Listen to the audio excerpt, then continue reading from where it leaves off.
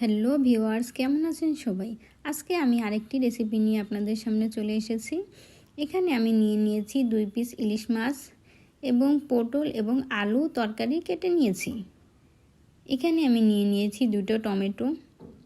তারপর কড়াইতে তেল গরম করে দিয়ে দিলাম কাঁচামরিচ, দিয়ে দিলাম পেঁয়াজ রসুন বাটা এবং দিয়ে দিলাম স্বাদমতো লবণ, দিয়ে দিলাম সামান্য ধনের গুঁড়ো। এখন আমি দিয়ে দিচ্ছি হলুদের গুঁড়ো। সবগুলো মশলা তেলের ভিতরে দিয়ে আমি ভালো করে কষিয়ে নিচ্ছি। যখন তেলটা উপরে উঠে এসেছে তখন আমি মাছগুলো এর ভিতরে দিয়ে দিলাম। মাছটা দিয়ে আরও কিছুক্ষণ কষিয়ে নিয়েছি আমি।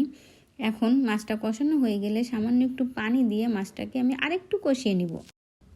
এই পানিতে আমার মাছটা খুব ভালোভাবে কষানো হয়ে যাবে। দেখুন মাছটা কষানো হয়ে গেছে, এখন আমি তুলে ফেলেছি। এখন একই মশলার ভিতরে আমি পটল এবং আলুগুলো দিয়ে দিলাম। পটল এবং আলু দিয়ে খুব ভালো করে এই তেলের ভিতরে এই পটল এবং আলুটা খুব ভালো করে কষিয়ে নিতে হবে।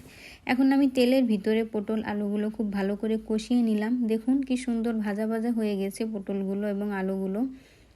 তারপর এখন আমি সামান্য কষানো পানি দিয়ে এটাকে আরেকটু কষিয়ে নিব। এখন আমি ঢাকনা দিয়ে এটাকে ঢেকে 10 মিনিট রান্না করে নিচ্ছি।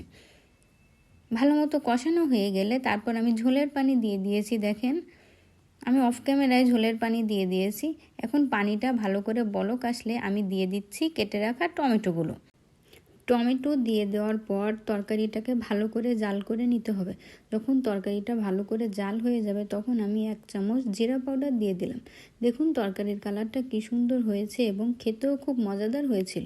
তো আপনারা এটা বাসায় ট্রাই করে দেখতে পারেন। পটলে রয়েছে প্রচুর ক্যালসিয়াম যা মানবদেহের হাড় গঠন করতে সাহায্য করে। তো আজকে এ পর্যন্তই বন্ধুরা, আল্লাহ হাফেজ।